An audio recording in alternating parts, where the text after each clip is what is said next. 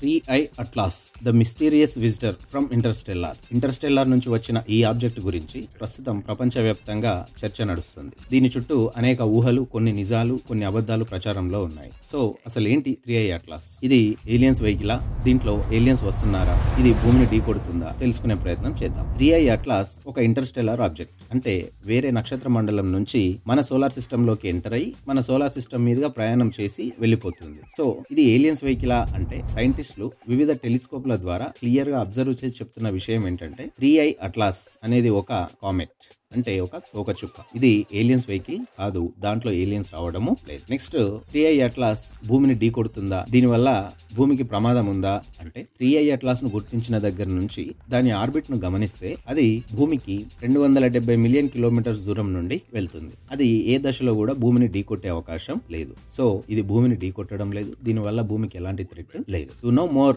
Regarding 3I atlas, watch the full video. Thank you.